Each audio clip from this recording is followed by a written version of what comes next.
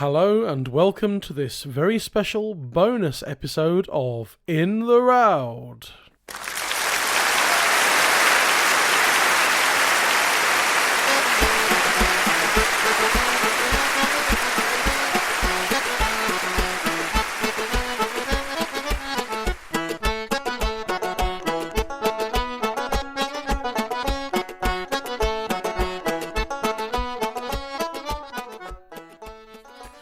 Greetings and salutations, dear listeners. My name is Matt Quinn, and this is a bonus episode of In the Roud. As I'm sure you know, Season 3 finished last week, and I hope you all really enjoyed those episodes. I really enjoyed making them and getting to learn lots of songs I wasn't that aware of in the first place. That being said, we're here today with an episode that went out on the Patreon a few weeks ago. I just felt it was too good a subject matter to give out to just the Patreon listeners. So it's been on Patreon for almost a month. It went out on the 3rd of April, and I thought I'd share it with all you now as a bonus episode to round off Season 3. Over on the Patreon, we do a Spotlight series, where we go round in a cycle of 4 subjects. We do a look at a collector, a look at a traditional singer, a look at a region of folk song collecting, and a miscellaneous spotlight as well to finish. So we had a collector episode on Sabin Baring Gould, we had a singer spotlight on Emma Dusenberry, and we had a region spotlight look at song collecting in Devon. And I wanted to share with you, as a bonus episode, the first in our miscellaneous spotlight episodes, which I said went out on the 3rd of April. Steve Roud himself came on the show and talked to me about the subject of broadsides and broadsheets and all sorts of street literature and how they relate to the oral tradition and to the tradition itself, because that's a very fascinating can of worms, which Steve Roud is very fascinated by as well. So hope you all enjoy this. This is a chat on broadsides and how they relate to the oral tradition with Steve Roud. Well, hello, Steve Roud. Hello there, Matt. Hello. It's been quite a while. How are you? How are you doing? I'm fine. Yeah, thank you. Still very busy, but Very busy. I'm glad to hear you're doing well and busy as ever. How far are we now into the Roud Index? Where are you? What's the latest number? oh, I haven't looked, but it's still only 43,000 and something, I think. Oh, somewhere. I thought. Oh, it must be my memory. I thought last year you said something about 47,000, or you were close to Oh, right. 47. Okay. Yeah, you're right. Sorry. You were going through the Irish collections, and you were close I to do have the 47. latest number. I tell a lie. It's 47427. Oh, hang on a minute. Let me write that down. I've got a document. I always like to, every time I come speak with you, I like to just get the latest number. Where's the number? Because the last number I got from you was 46432. Oh, right. Okay. So it's 47427. 474. Oh, I see. 47427.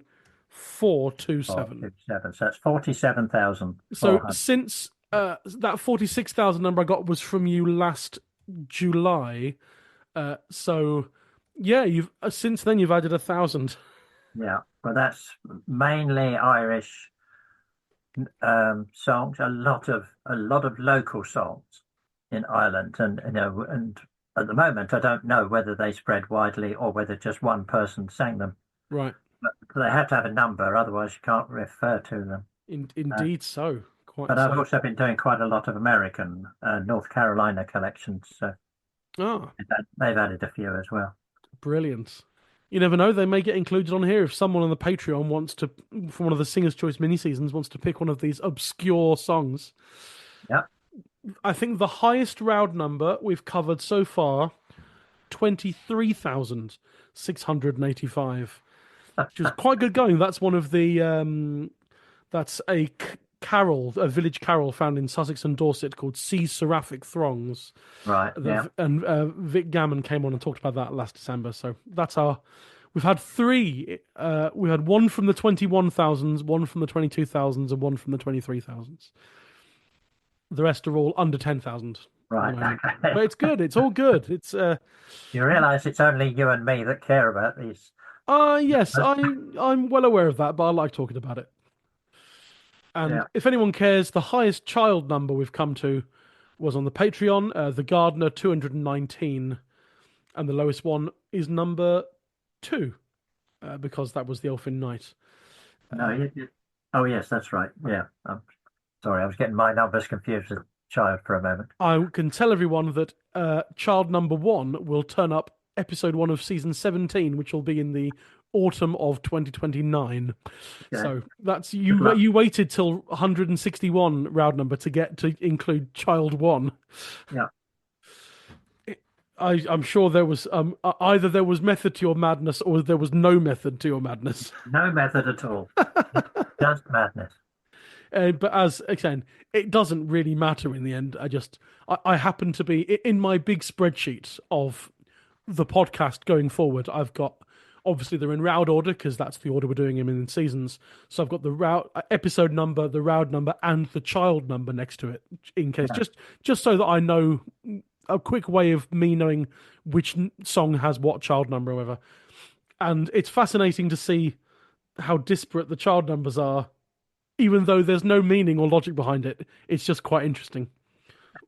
For there's a quite a portion from, when you got to number 20, the Roud number 20, you did child number 3, and from then on, with the occasional gap to do a non-child, you basically went in numerical order for child, but not quite sequentially through child. It's numerically in order, but there's gaps. Right. So 3, 4, 5, 7, 8, 9, 11, 14, 17, 18, 25. It's that sort of thing. It's numerically in order, but not quite sequentially. I'm sure somebody will one day will use AI to come up with a reason for it all. Or it could be that I did them in order of the songs that I like. Right, yeah, Thought sure. of that.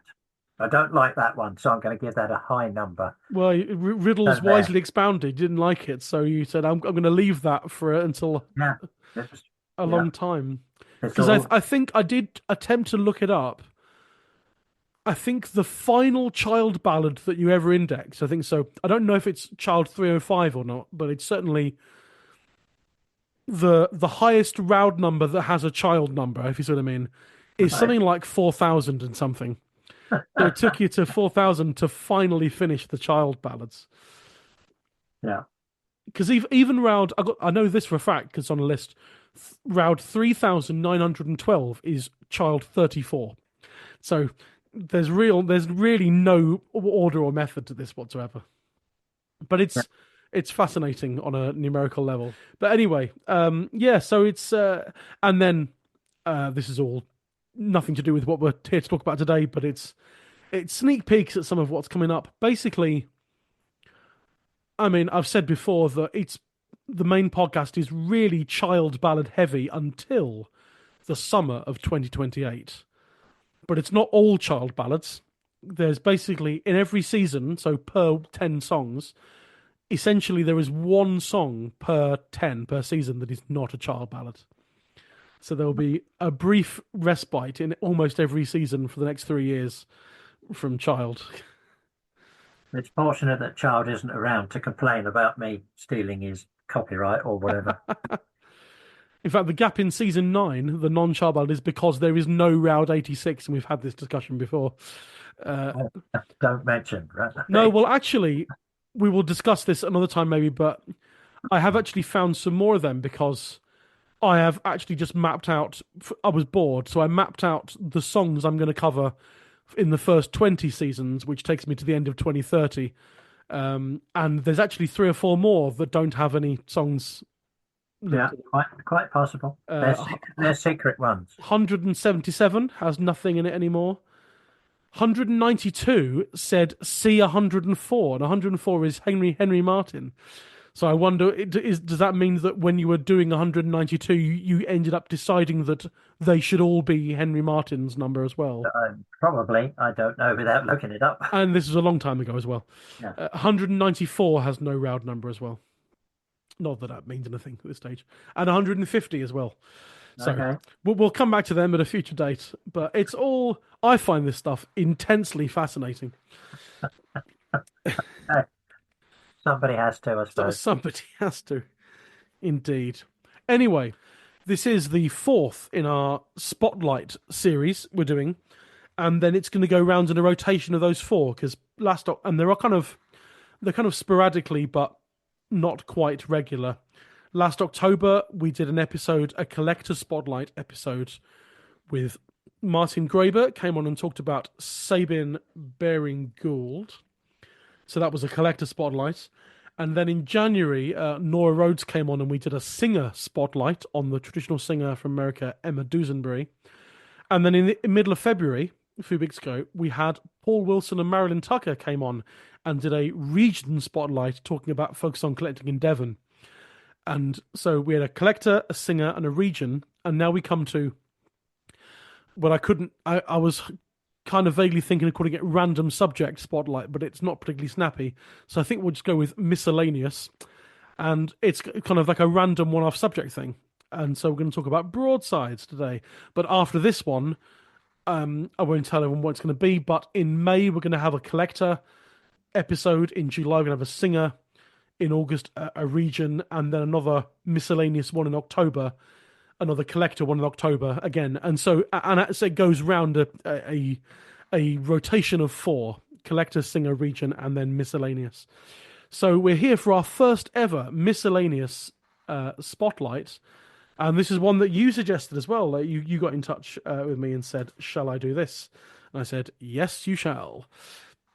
So we're here to talk about the subject of broadsides, broadside ballads, and their relation, if any, to the tradition, the oral tradition, and sort of folk songs. Where do we start then with broadsides and all that sort of thing? Right. So, oddly enough, the word miscellaneous is very pertinent to broadsides because it is, as you're going to learn, it's a messy subject. Okay, And great. it's partly because it's got sort of deep historical roots, 400 or 500 years. Um, it it does include all sorts of messy, miscellaneous stuff. But Yeah, this is meant to be an introduction, which I hope will work, partly because whenever we talk about folk songs, traditional songs, people mention broadsides. I mention broadsides all the time. But there's a lot of misinformation and quite a lot of contention as to the connection, or otherwise, as you say, between broadsides and folk tradition. Let's call it the folk tradition. sure, yeah. 'Cause, people take sides, people get very cross. And Yeah, it does, I've experienced people getting cross on social media. that's right. And it does go to the heart of what we understand when we're talking about the folk tradition. So the first bit of this will be talking about the broadsides themselves, because again, you can't understand their influence on the oral tradition unless you understand what the broadsides were. So we're going to be talking about the things themselves. And then, if you're still with us, we'll then talk about how they interacted with the oral tradition. And whenever I say oral tradition, I've got two fingers up, four fingers up to make little quotes round the phrase oral tradition. We'll come on to that in a minute. So first of all, the first confusion is broadsides isn't really the correct term because songs appeared in print in all sorts of formats, and broadsides is is or was the main one, the most common one for songs to appear in print. But really what we're talking about is street literature, which is the term that includes broadsides. But street literature is part of the group called cheap literature, cheap print. And that's the whole point of all this, is that this is printing aimed at the cheap market, aimed at somebody who's got a penny in their pocket rather than a guinea. So it's cheap literature, it's street literature because you could buy it amongst other places in the street. We'll come on to that in a minute. But broadsides is the basic one piece of paper with a song or some songs on, normally just a text, normally just one side. So it's the most basic bit of printing. It's like a leaflet, that you get in the street, like an advert even. Just a single piece of paper with a song on it, or some song. But there were also what were called chapbooks. Oh yeah. Where if you had a fairly large piece of paper, not as big as A3, but make it bigger than A4, and use small enough typeface, you could print more than one page on a sheet and on the back of the sheet, then fold it up and make a little booklet. Right. I mean, children do this all the time. School kids do this. You write it, and if you fold it correctly, trim it a bit, cut the edges, you make a little booklet. So chapbooks were like that. You didn't have to prepare, you didn't have to sew them or bind them. Literally, all you do is fold it properly, and cut the edges so that you can open it, and that makes a little booklet. So a chapbook can, because it's folded, can have 8 pages or 16 pages, always a multiple of 4 because you get 4 or 8 on a page. But a chapbook can have several songs.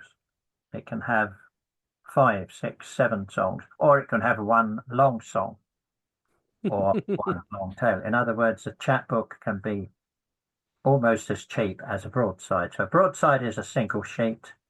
A chapbook is a single sheet folded. But then you get songsters, which are more like a modern printed book of separate pages and then either folded or sewn together. So in other words, you have this range of cheap printed material, starting from the broadside with one sheet, going up to paperback books and paper covered books and stuff. Sure, yeah. Okay. So when we say broadsides, we mean cheap literature in general, because the broadside is the basic one, and that's the one that flooded the market for cheap print. They're the ones that you could afford because they were only a penny or a halfpenny, halfpence. Yeah. Whereas a chapbook might be 2p, a songster might be 6p. In other words, the broadside is aimed at the lowest price range. The other thing, overall thing to say about broadsides, and I'll say this again because this is the most important thing in the whole subject, and it's where all arguments break down. Every argument you hear about broadsides breaks down for this. It's the time and the place that matter, because broadsides, as we'll find out in a minute, have been around for 400 or 500 years. Yeah. Right.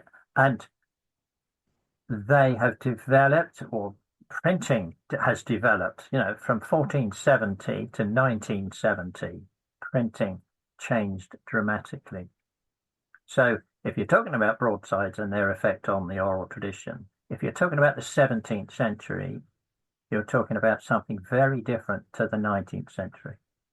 Even though it's still the basic one sheet of paper with one song on it. That's the continuation, if you like. It's always been like that. But what that song means in the 19th century is different to the 16th century. What you could buy for a penny changes over time. Of course, whether you can read it or not. changes over time. In other words, the time frame is vital and the place is vital. The England, Ireland, Scotland, Wales, Canada, USA, Australia, they all had broadside trades. They all had a broadside industry, but at different times they meant different things. So broadly speaking, Ireland still, people were still learning songs from broadsides in the 1920s and 30s and 40s. They weren't necessarily broadsides, they might have been little booklets, but people were still learning from print our kind of song right into the 20th century. Whereas in England, the broadside trade fades out around 1900. I mean, you could still buy broadsides in the 1920s, but they are more likely to be pop songs rather than our kinds of songs. In other words, time and the place is what matters.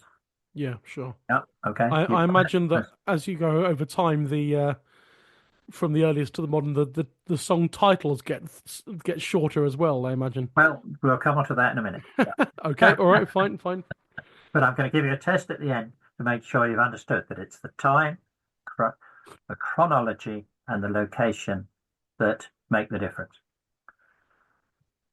One of the important things, well, let's start from the beginning in that we know that printing gets to England around the sort of 1470s, somewhere around there, so late 15th century.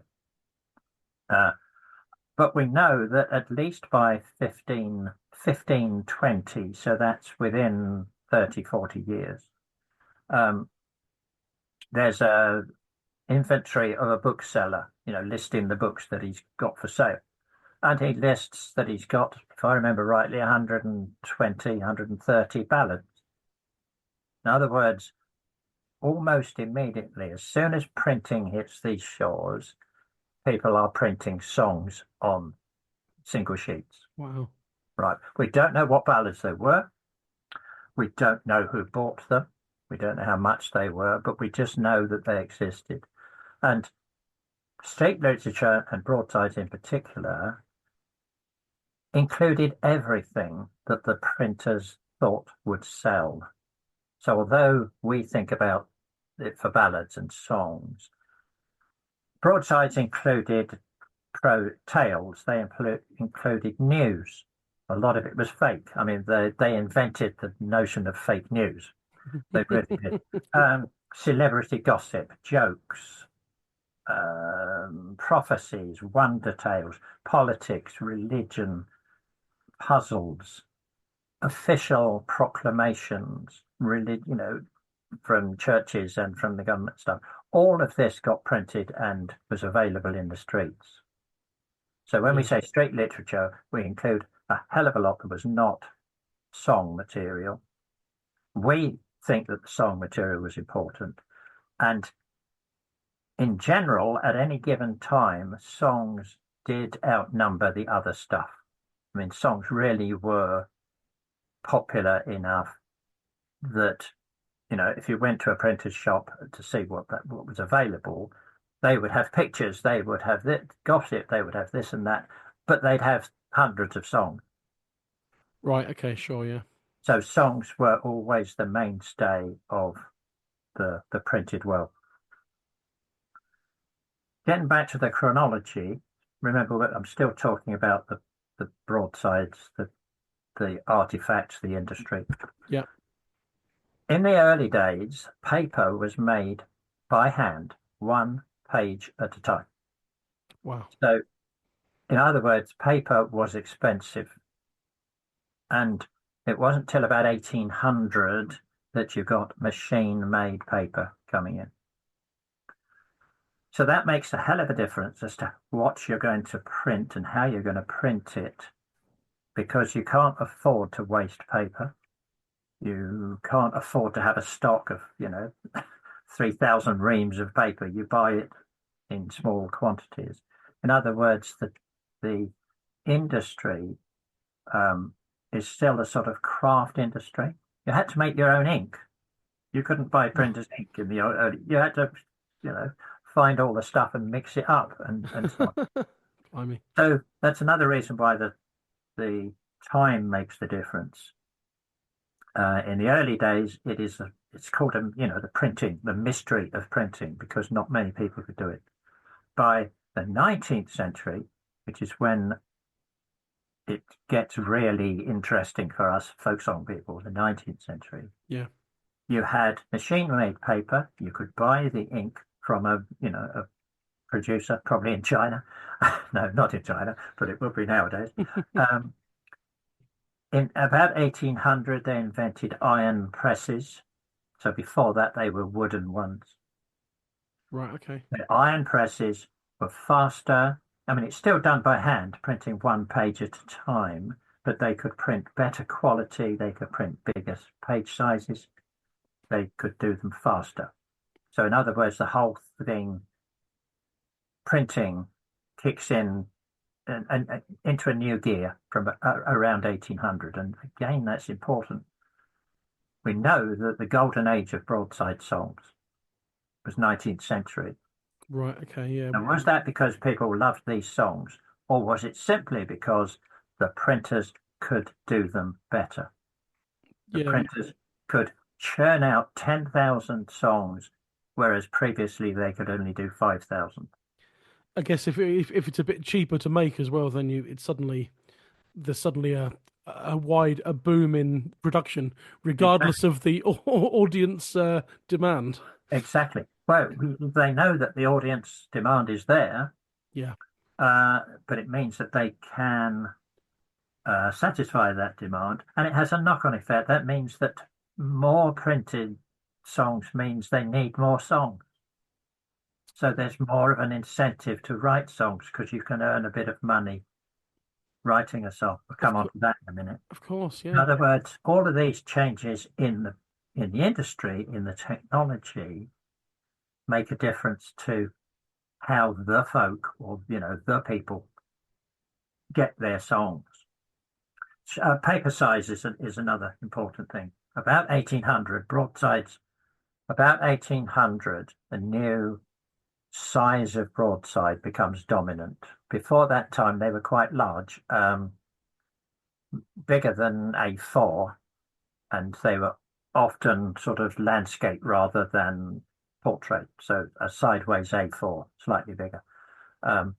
Whereas from 1800s, you get two things. You get slip songs, which are long and thin, or you get the standard, what in the printing terms is a quarto sheet.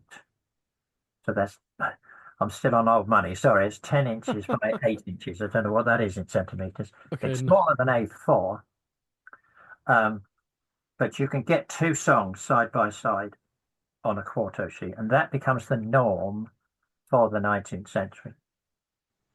One of the reasons for that is machine-made paper came in those sizes. Aha. Of course. So if you're going to write a song for a broadside, you've got a smaller space than you had 10, 20 years before, Right. So this right? incentive is to either write shorter songs, or in dealing with already existing songs, there's an incentive to censor them and cut them down and Up and down. edit them. And that's exactly what happened. We know that with a lot of our standard broadside songs. We can see that that's exactly what happened. Somebody rewrote the song, and as it turns out, normally made a better song for it Well, because they yeah, cut out all the verbiage and all the religious background and so on. Got straight to the murder rather than 10 verses saying, "Oh, old times were terrible," and God was not on our side and stuff. It's anyway. yeah. I mean, we found that when back in season 2 of the main podcast, we did an episode on the demon lover.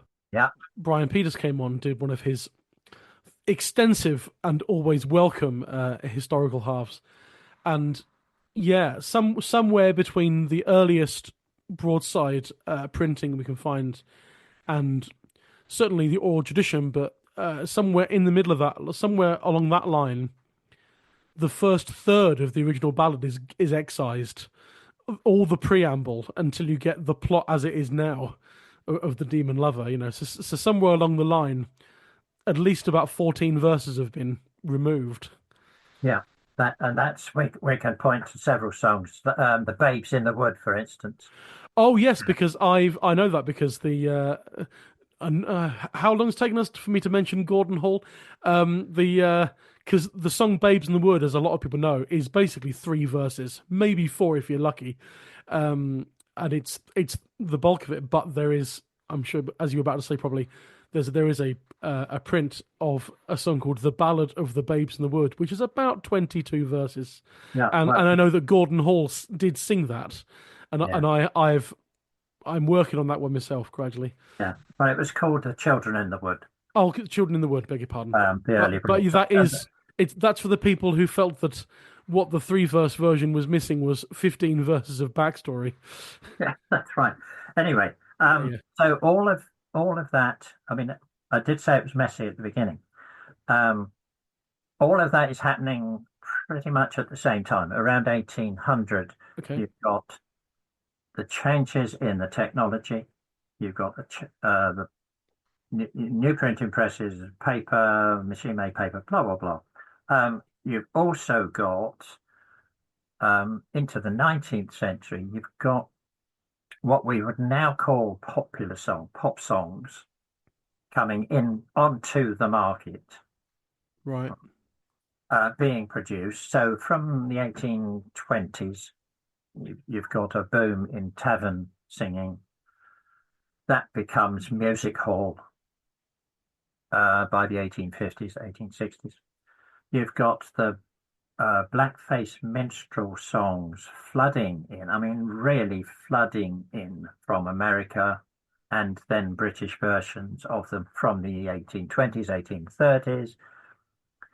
You've got religious revivals going on. So there are, hymns being produced left, right, and center. In other words, from a, a popular song in its widest sense angle, you all of a sudden had a hell of a lot more stuff. And the broadside printers, give them their due. I mean, the one thing they were good at was going along with the latest trends. If a song was being sung in the street because it's come from the theatre or from a blackface minstrel show or uh, anywhere that a song pops up, the broadside printers will grab it and print it. There's no copyright. Yeah, of course. They will grab it, they'll print it, they'll copy from each other. So if one printer gets it, they've all got it.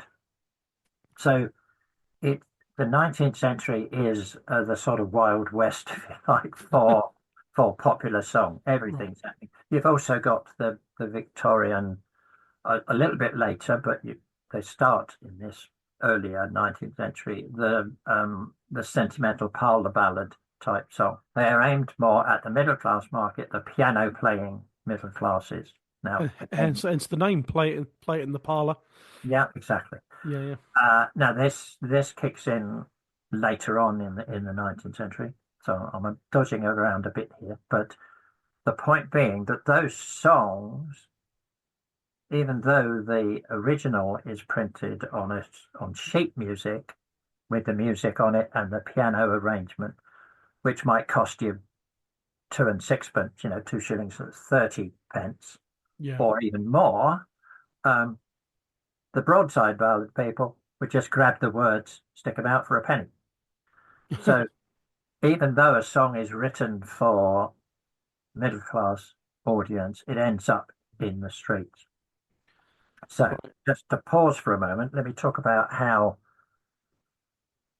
people interacted with, well, how it worked from at a song level, because you've got three basic personnel people involved. You've got the author of the song, you've got the printer, and then you've got the seller, the retailer, Right. Yeah. because it's no good writing a song if you can't get it to people. the printers need some way of retailing. So you get the sellers. So it's the printers that are the most important ones. They're grabbing the songs from wherever they can, but they also have professional writers. They have people who are making a living, not much of a living. I mean, they were, by all accounts, they were paid a shilling a song, a shilling 12 pence. But they were churning out songs specifically for the broadside trade. But there were people writing parlour ballads and comic songs and things for the music hall. Broadside printers would steal them. In other words, it's the printers that determined what went out into the market. But you could buy broadsides literally in the street, because there would be people walking down the street singing the song and selling the broadside. Not just in towns, but at fairs and markets, everywhere. There was no place in the country that the broadside sellers didn't get to, however far away they were. You also had peddlers who went round selling, the peddler's pack they would sell anything portable, needles and threads and buttons and laces and pens and pencils and whatever. They sold broadsides and chapbooks, and they'd go from door to door in country areas. Literally, they'd turn up in your village, bang on everybody's door. Do you need anything from the peddler? Well, yes, I need a bit of lace, and I need a bit of ribbon for so and so, and some shoelaces. And oh, look, there's a new song. I'll have that too. There were also pinners up, who, like the old newspaper stand you used to have on every corner in a town. Oh, yeah. Had people selling broadsides. There was a blank wall or a railing or something. They would come along, put up some strings. I'm gesticulating here. I'm showing you. They won't be able to see, but I'm showing you how they put up the string, and they would hang the broadsides from them. So you've got everything from the person singing the song to you. Here's a new song to a wonderful tune, and they sing the first few verses, but they won't sing the whole thing because they don't want you to learn it without buying the sheet. But if you went to a pinner up, you could choose what song, because they'd have a dozen, they'd have 100. You could go and say, have you got a love song? Have you got a new song about sailors? In other words, it was a different way of buying your song. Yeah, you could buy from the printers' offices, you could buy from shops, toy shops, village shops. All of these sold broadsides, so that when I say nowhere was that remote that they couldn't get a broadside, it's true. Everywhere. These things were everywhere. We know that all this stuff is available. We know that it's out there. We know there is an industry, there's a trade, there are people who make a living at it. There's the printers, there's the sellers.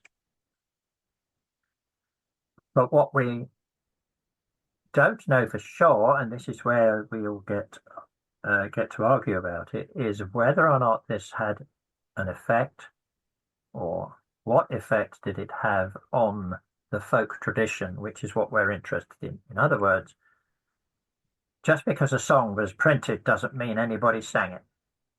Indeed so. And the more songs that were printed, the lower the proportion will be of the ones that actually get sung. If you see what I mean. If 1,000 new songs come out a week, then maybe only half a dozen of those are going to be learned by anybody. Yeah, you're not expecting 1,000 songs to suddenly get spread around the country. Well, no, per release, But you might if you're talking in the short term, because we know that a similar kind of thing happened in the past. Certainly the 19th century has happened now, that a pop song comes out, a new song, and it's very popular for a while. Yeah. Everybody's playing it, everybody's singing it, and so on. Then it goes out of fashion because a new song comes along. Now, we know this happened in the 19th century with street music, because I'm going to talk about the music in a moment, but one of the ways that tunes were spread was by street musicians. And in the 19th century, that meant barrel organs and stuff. I mean, there were also bands, and there were banjo players, and there were the fiddle and the concertino once it had been invented, um, and so on. But the one thing that the barrel organs did was that they picked up on the latest tunes. Again, it didn't matter where it came from, but then they would play them in the streets. The children would all gather and dance. People would pay the organ grinder a penny or something to listen to the tune, or they'd pay them a penny to go away. They were a bloody nuisance. But Yep, that's also acceptable. yeah, we've got plenty of people who've commented on the fact that a new song comes out, everybody's singing it, everybody loves it, and then there comes a moment everybody hates it. Yeah. Not just they don't tolerate it, they literally started saying, "I hate that song. If I hear that song one more time, I shall scream." In other words, the way that pop music happens, the new has to replace the old. But in the folk world, of course, things do last a bit longer, but not everything. Of that 1,000 songs that come out, how many get learnt, how many get remembered? And the key point for the difference between the print trade and the oral tradition, if you like, is, did people take the song into their hearts, into their minds, into their repertoires? Did they sing the songs, or did they simply read them and discard them, and use the broadside for a shopping list, or in the toilet, or wherever broadsides ended up? Because remember, they were printed on very cheap paper, Yeah, of so course. they really were quite. Some of them were like tissue paper, so they did get used in other ways. Anyway, so let's talk about the influence on the tradition, if you like. Sure, yeah.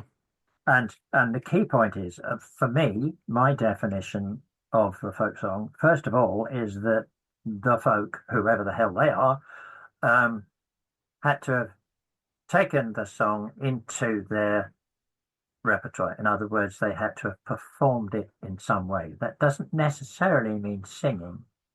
It could mean reciting, or it can mean just doing it to themselves, just knowing it in their heads. But that's different to a pop song coming and going. Hmm. You see what Yeah. I mean? So when I say performing, I don't necessarily mean standing up in front of an audience, Yes. because there's lots of things in your head that are in your tradition. If I said to you, tell me a counting out rhyme from your childhood, you might think, I haven't said that for, well, in my case, 70 years, in your case, fewer. But even so, I could bring it out of my head, and it's therefore part of my repertoire. You get what I'm getting at. Yeah, yeah, absolutely. Nowadays, we think in terms of performance, meaning there has to be an audience, but I think more in terms of what's in people's heads. Anyway, we know, so I'm going to be talking mostly about the 19th century from now on, but it's true to a certain extent for the earlier periods. We know that singers learnt songs from broadsides, chapbooks, and so on. All the major collectors, Baring Gould, Cecil Sharp, Lucy Broadwood, Vaughan Williams, even down to Alfred Williams, the maverick one who was the working class one from the Upper Thames area and slightly later than the others, they all say that people learnt their songs from broadsides. Right. Yeah. Now, they don't say they learnt every song from broadsides, but some of them imply that they learnt most of their songs from broadsides. There are plenty of singers who said the same thing. Henry Burstow from Sussex, Horsham. Yeah. He says, I learnt my songs from my mum and dad, from other country wills, he calls them, in other words, country chaps around him, and from Broadside. Oh. Harry Cox says his mum learnt songs from Broadsides. Harry Cox had a collection of Broadsides. Wow. In other words, we know from the collectors, we know from the singers that it was normal for singers to learn from Broadsides. And why the hell wouldn't they? I mean, it's like being surprised that, you've learnt songs from CDs or from downloads. Why wouldn't you? As soon as the print trade started printing broadsides, i.e., we know at least from 1520s, there was no longer a pure oral tradition. That's right. Yeah. Always the chance of print bringing a song in. And the corollary for that is that the one thing that the print can do is that it can skip a generation, whereas the oral tradition can't. If the next generation doesn't learn the song, it dies. Yeah. Whereas a printer can reprint something from 100 years ago, or from 50 years ago, or from 10 years ago.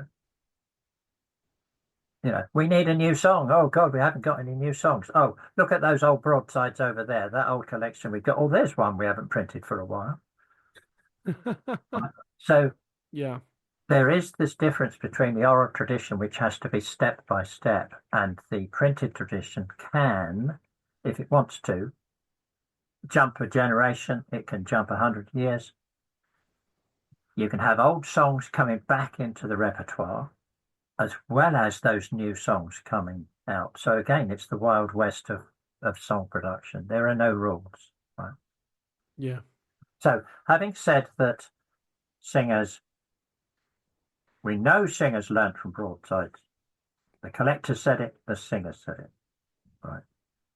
Oh, one thing I've forgotten to say is literacy. Oh, yeah. Going back to the time and place, obviously more people could read in 1820 than they could in 1620. Literacy in general has increased in the general population over the centuries. Literacy rates varied considerably in different parts of the country. The Scottish always had higher literacy rates than the English. So if you're talking about printed songs, who could read them? In 1620, only a few people. By 1820, a hell of a lot of people. By 1920, virtually everybody. Yeah. Right. Makes a difference. But got to remember that literacy rates are based on reading and writing often. Now, a lot of people in the 19th century and before that, they learned to read, but they didn't learn to write. Oh, okay. Yeah. Yeah. Of course. And literacy rates are often based on whether or not you can sign your name in the marriage register, for instance. Yeah. And there's a lot of people who signed with a cross, but who could actually read at least basic stuff. Right. So that's another sort of minefield to Exactly. And walk through. broadsides don't need, especially songs, they don't need a high level of literacy skills because they're basic language, they rhyme, they've got meter. In other words, makes them easier to memorize, also makes them easier to read. Yeah, and then some of them do have stranger words in it, but those words would have been commonplace at the time, words that have gone out of circulation now. So there's that to consider as well. Yeah, that's right. And then the last thing about literacy is that you don't need to be able to read the broadside. You need to know somebody who can. If you've heard the melody from the person selling it. Well, yeah, we'll come back to the tune in a minute. Yeah, okay, all right. But it's often the case throughout history that the children learn to read because they go to school. The parents can't read. But the parents buy the broadside and then the children read it to the parents. Okay. Yeah. And the thing you can do with the broadside again, which you can't do in oral, can't do in the pub. You can't ask somebody in the pub to sing that song again and again and again because I want to learn it, but you can read it again and again and again Yeah. until you've got it in your head. In other words, the transmission of songs is sometimes easier in print because somebody can read it to you, you can read it again. So all of that adds up to the fact that some people on this continuum of the oral tradition and the printed tradition, some people go wholeheartedly for the print end and say all of the songs came from print, right? But the oral people start saying, oh, well, hold on a minute. Hold on a minute. The broadsides don't include the tune. So that's half the song, the words and the tune. So Yeah. even if you've learnt the words from a broadside, where have you got the tune from? Either you've made it up or you've learnt it orally by ear. In other words, you've got the oral and print tradition present in virtually every case. If the print tradition is there, it's only the words, it's not the tune. Indeed.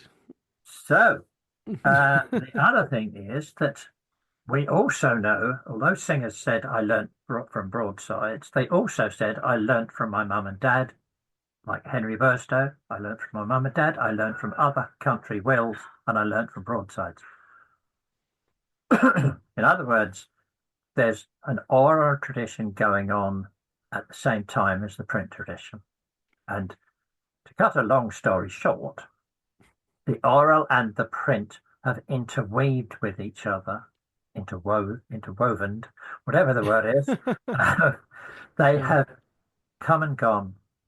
They've existed not just side by side, but as part of the same tradition. Yeah, you can't look at them as completely separate things. They're very much intertwined, aren't they? If you're talking about where people and how people learn their songs, you can't ignore the broadsides, but you also can't ignore the oral tradition because if somebody learns it from print, I buy a broadside, I learn it from print. As soon as I start singing it, it's back in the oral tradition. Yeah. As soon as somebody else hears me sing it and says, "Oh, I like that song," I'm going to learn that. I'm going to wait till he sings it again next week in the pub, or I'm going to, ask him to sing it to me. In other words, the oral tradition kicks in even if the song originates in print. The oral Yes. tradition is there. Right. Yeah. Again, you can't have one without, well, you can have one without the other, but we never did have one without the other, at least from 1520 onwards. Right. Yeah. Yeah. Okay. Okay. And actually, I suppose, yeah, because there are some. I mean, my main experience of this is listening to the vast repertoire of Gordon Hall, but because there are so many songs that Gordon sang that had I mean, it's only a small portion of the songs he sang, but quite a few of them had the same tune. And I wonder then if that was him going. There's I can't what there's one song where that tune turns up with other people, so that's very likely to be the original tune for that song. But then he's put the tune to other songs, and that's probably songs where it may have come from a broadside, but he can't remember what the tune is, and think, well, that melody will do. We'll use that one for this, and suddenly he's got 15 songs that have the same bloody melody. Yeah, well, that has been, as far as we know, that has been true right since the beginning. Yeah, And the early broadsides did say the name of the tune. They often said, to the tune of Fortune, my foe, to the tune of so and so. to the tune of Chevy Chase, as quite a couple turns up, and sometimes, as we had an episode with Brian Peters recently on Sir Lionel, In fact, that's going out next week on the main podcast. This is the original Broadside long title for that one ended with "set to a pleasant new tune," Yeah. and so a Yes. lot of them just said that. Yeah, that's right. But I mean, that's useful in a way because it shows that they thought people would sing them, Yeah, but that means they are songs rather than poems. indeed, yes, quite So so. we learn a lot from that. But there were far fewer tunes than there were songs. So the same tunes keep coming up over and over again. Which is why it says to the tune of such and Yeah. such because they're just So, reusing them. Yeah, and that's what happens now. I mean, there are lots more sets of words in the folk tradition than there are tunes, and the same tune can come up. Villikins in his diner can come up over and over again. yeah. But we haven't finished yet. There's still contention, Okay, and this is the real nitty gritty. bring it on. We know that the songs that the collectors collected, okay, the ones that they thought were the bee's knees, the proper folk songs. And so, leaving aside the music hall, the blackface minstrel songs, the pop songs of the time, so the ballads and the songs that the Cecil Sharps and the Ray Vaughan Williamses collected, and they were more interested in the tune, partly because they knew that the songs had come from Broadsides. So Right. the tunes were therefore more folk, more genuine, more pure than the words. Okay. Anyway, of the songs that they collected, 90%, perhaps 92%. I came up with 89%. I think it's Steve Garden came up with 92%. Anyway, a very high percentage were printed on Broadside. Okay. Right. So these songs were available on Broadsides. Now, whether or not people learnt them from Broadsides is another matter. So here's your first bone of contention. Just because it was available in print doesn't mean that people learnt from print. Fair Right. enough. Okay. That's Yeah. Yeah. true. Right. But you may see this 90% figure bandied about quite a lot. We're not saying that 90% of songs, we're not saying it yet. I might in a minute. 90% of songs originate from Broadsides. At the moment, we're saying it's a fact because we've done numbers and we've counted them up that we've identified 90% of them actually on Broadsides. And sometimes, like for the All Things Were Quite Silent, the book, the one that's in the Penguin Book of English Folk Songs, Oh which yeah. was only collected once. But we know of four different printings in the early 19th century. So we've got an awful lot more evidence from the Broadside than we do from the oral tradition. Okay. Yeah. So what we're saying is that 90% of the songs, the accredited folk songs, if you like, of the early collectors were available on Broadsides. Now, then the question is, does that mean that that's where they started? In other words, were they written for the Broadside trade, probably by a professional Broadside writer, or did they start with the country folk, the milkmaids and the ploughboys, and then get taken up by the print trade? Yeah. Of course. Because that goes to the heart of whether we think our folk songs are the voice of the people, i.e., the people wrote them, or they're the voice of the people, somebody else wrote them, and the people took them up and made them their own. Yeah. I mean, I remember we came up with that little discussion about that, didn't we, when we did episode 1 of season 1 when you came on for the history of the Raggle Taggle Gypsies because there was a thing about the two different printings in the 1720s. One was London, one was Scotland, I think. Yeah, yeah, And there's some word differences. The whole thing about the grandma and the grammary, Yes. the grandma and the glamoury, and get the R and the L right around, and whether that was, a misprinting or a mishearing, a mistranscription, a mistranslation. So Yeah. yeah, all Yeah. that sort of thing Yeah. could. So this, as I say, this is the whole bone of contention. Really, is not were the songs available on Broadsides, not even did singers learn from Broadsides, because we know they did. They said so.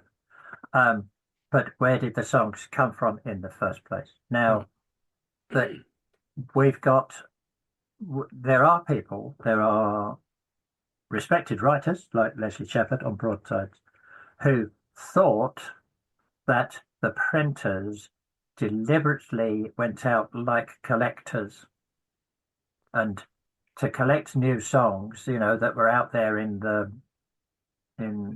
repertoire of people, and then printed them up. And that is possible. And in the one or two cases, we think we know that that happened, although not systematically. They weren't folk song collectors. They didn't care what song it was. They didn't care about the folk or anything. They just wanted to grab songs.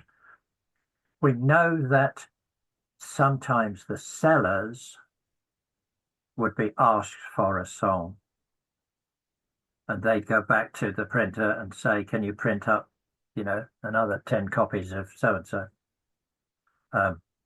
So we know there was that a certain amount of input from the tradition into the broadside trade.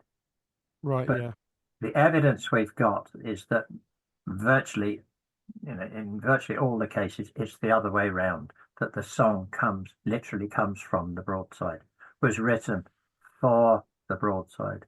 In other words, things like Bonnie Bunch of Roses, Yeah. we know who wrote it. We know pretty much when they wrote it. It then becomes exceedingly popular. Everybody was singing it. I mean, it was very popular. I mean, But it can't have been written before the birth of Napoleon, for example. well, yeah. It's not even about Napoleon. It's actually about Napoleon's son. Well, indeed, it's just if a song has a very particular cultural or topical reference, it can't have existed before that, Yes, or at least it might have been adjusted, I suppose, to incorporate that. But you've got a good indication that a song couldn't have existed before a certain point in time. yeah, exactly. So occasionally, sometimes, because these broadside writers were anonymous, they read, we don't know much about them. We know Yeah. a bit about a few of them.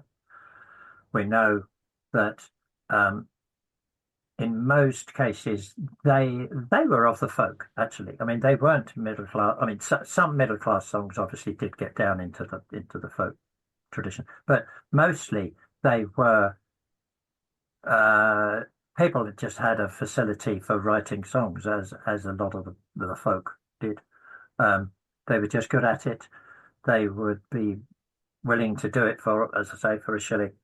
Um, so they were working class, even if they weren't rural folk. Yeah. Um, so it's still a voice of the people, and they're still writing songs in the popular mode in the same way as anybody in a village who wrote a song about a local happening. The football team won last week. They won the cup. So, I'm going to write a song about it. It's not really, the broadside writer isn't much different, except for the fact he, as far as we know, mostly he, got paid a little bit for it. But once the song was out there, it was back in the tradition anyway. I mean, it was in the tradition. So it only matters if you care where the song originally came from. Now, this isn't true about every song. The child ballads, for instance, are all, by definition, they're all older than your average folk song. They mostly come from the sort of early 18th, early 17th century. That's right. And Child was always trying to link them back to the 14th century Scandinavian things. And That's right, he was. But a lot of his evidence comes from broadsides because broadsides you can date them, whereas yeah, you can't date the oral tradition. So he had to use broadsides a lot for his evidence. But the further back you go, the less likely that a song was written for print, if you see what I mean, because sure, yeah. you know, whereas a printer in 17th century might, I'm making these figures up, but might print, say, 200 copies of a broadside, you know, whereas in the 19th century, they're going to be printing 10,000. Of course, that's a huge difference. And they got a railway to ship them all over the country so that Yeah, people in Scotland can buy things printed in London, blah, blah. All of that changes. We're back to the time and the place thing. of course. Anyway, so Very good. it boils down to the fact that you can't, we haven't had a pure oral tradition. And certainly you didn't in the 19th century. But people did learn songs from each other and they sang them and so on. So it really, in a way, doesn't matter where they learned it as long as they then start singing it. That's what us folkies care about. Yeah, We know that some songs came from the broadside printers, broadside writers, and in my opinion, it's highly likely that most of the folk songs that the collectors collected came from. But there are exceptions. Things like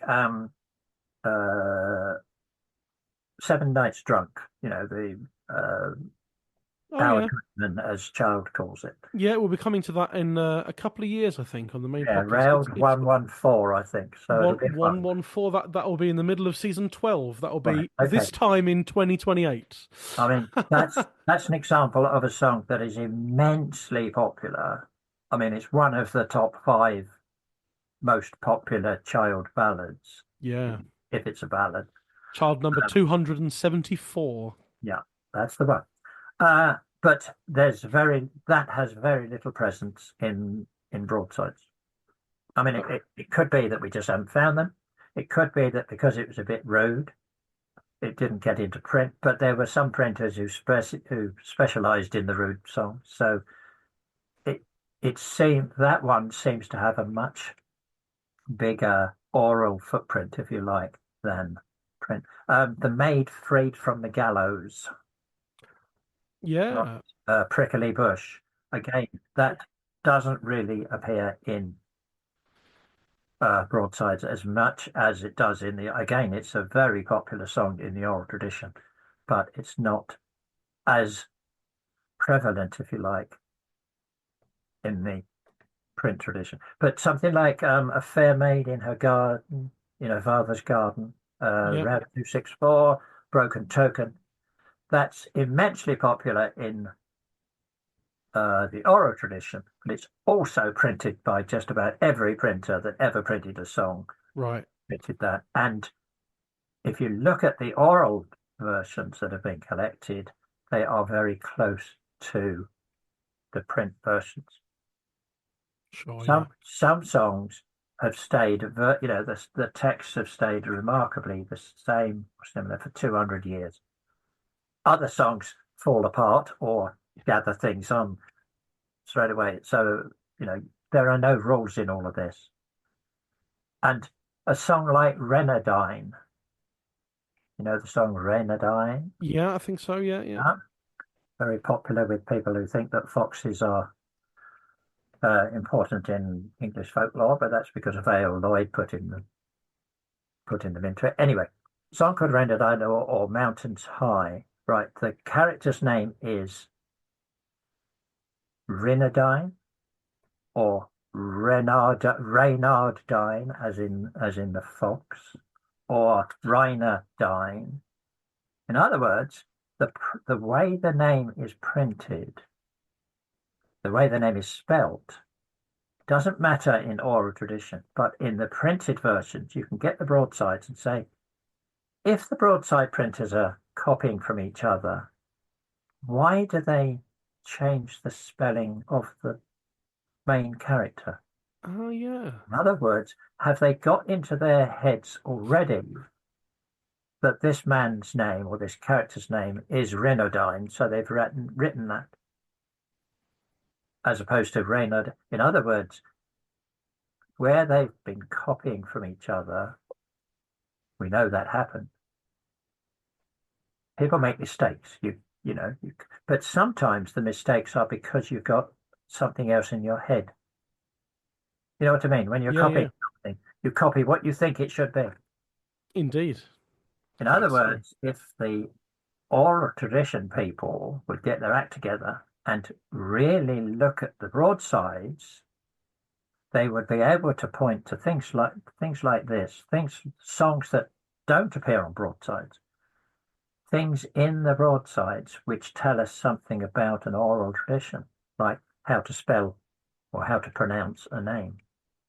Yeah, of course. In other words, look at the detail of the oral and the print, and we'll learn quite a lot. Whereas if we just argue about, oh no, they're written by plowboys, haymakers, or hacks is the phrase that somebody uses. Yeah. Broadside hacks or people actually in the fields making up their own songs. Anyway, There we go. it's quite clear what end of the spectrum I'm on, but I think that the print tradition as, as is essential to our oral tradition, to our folk tradition. But I don't mind that. It doesn't worry me in the slightest, it doesn't upset me because I never thought that, that songs have to be 1,000 years old or, have pagan origins or anything like that. Because what I'm interested in is what did people sing? Yeah, I've been telling people, I've been sort of saying that you're not necessarily interested in folk songs, you're interested in the songs that the folk sang. Yeah, exactly. Because that's my definition of it. It goes round in circles. That's my definition of a folk song.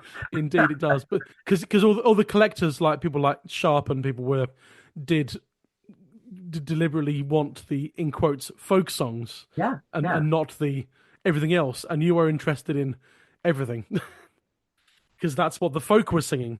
But they were looking for a particular thing. That's what they were interested in. So why shouldn't they be selective? But none of them pretended that these songs they collected were the only things that people sang. All the people like Sharp said, it's a bloody nuisance. They keep want to sell, they keep want to sing me music hall songs. And I had to say, no, I don't want the modern songs. I want the old song. The In other words, old songs, yeah, yeah. none of them pretended that the folk songs were the only thing that people sang. They believed that these were the most important, Yeah. um, the folk songs, and why shouldn't they? But people have the annoying habit of singing what the hell they want. Indeed, which is why I was very pleased to find one entry in the Roud Index for how much is that doggy in the window. Because one of the folks sang it once and it was recorded and collected. Therefore, I'm it sure, gets a Roud number. I'm sure a lot of people sang it in that. And In I was fact, very, and I amused the audience. We better start wrapping this up, I think. But I amused the audience last year at one of my emceeing jobs at the traditional night out at Whitby, those evening gigs every year at the festival, and someone sang "I Do Like to Be Beside the Seaside," and during the song, I thought, I wonder if it's got a Roud number. So I quickly looked it up on my phone, and I was able to. That was the last song of their little whoever it was. Jim Murray is the guy, Jim Murray, singer. And he sang that and he sat down and I said, thank you very much. That was Roud number 13,303. So, yeah, I love it when songs like that turn up in the Roud number. Say, well, there you go. It's a folk song. Now it's a folk song. now it is. Yeah, that's right. Indeed. Anyway, that's off tangent slightly, but is there anything else you want to say? We have been talking for quite a while. Yeah, I think I've I think I've said enough. I think I've That's made the fine. point. Yeah, but it's a fascinating subject to get stuck into, even if there's no real conclusion at the end. Sometimes, in a No, sense, there is, but there's no sort of very sort of there's no definite answer no. to As I what said at the happens. beginning, this is messy. It's messy stuff, as it always is in our world. Yeah, yeah, The folk world, because there's no hard and fast rules. I mean, indeed. one thing I could say is that the broadsides in general include a hell of a lot of good songs. A hell Yeah, of a lot of songs that would be perfectly singable. And I do hear new new people to the scene, as it were, saying, "Oh, everybody, all the songs have already, they've all been sung."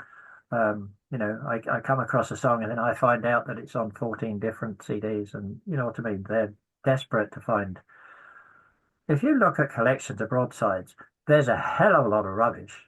I mean, there's a hell of a lot of stuff that you you think, really have to sift through, don't you, to find the gem. but there are some really good songs. There are songs that are just as good as that people sing. Yeah, Uh, just put an existing tune to it, or write a yeah, new tune to it, and you've got a song. exactly. Stick a good tune to it, and some of the broadside writers, these hacks, actually did say, "Get your tune first. Get Yeah, your tune in your head, and then you're halfway there." exactly what Harry Cox said as well. I think as a Yeah, clip of exactly. Harry Cox saying, "You must get the tune first." Yeah, but of course, other singers couldn't tell one tune from another. They thought Indeed. they had, you know, they thought they had three or four different tunes, but actually they had three or four different sets of words to the same tune. Anyway, that's another one. Uh, Indeed. Yeah, it's a fascinating subject matter, and always appreciate someone who knows their stuff coming on to talk about it. And it's a can of worms, a messy can of worms, but it's good to delve into it if you feel up to the task. I just want to finish this then, because for the people, this is a Patreon episode technically, but for the people listening on Patreon on the 3rd of April, I'm going to release this on the podcast in about 2.5 weeks' time.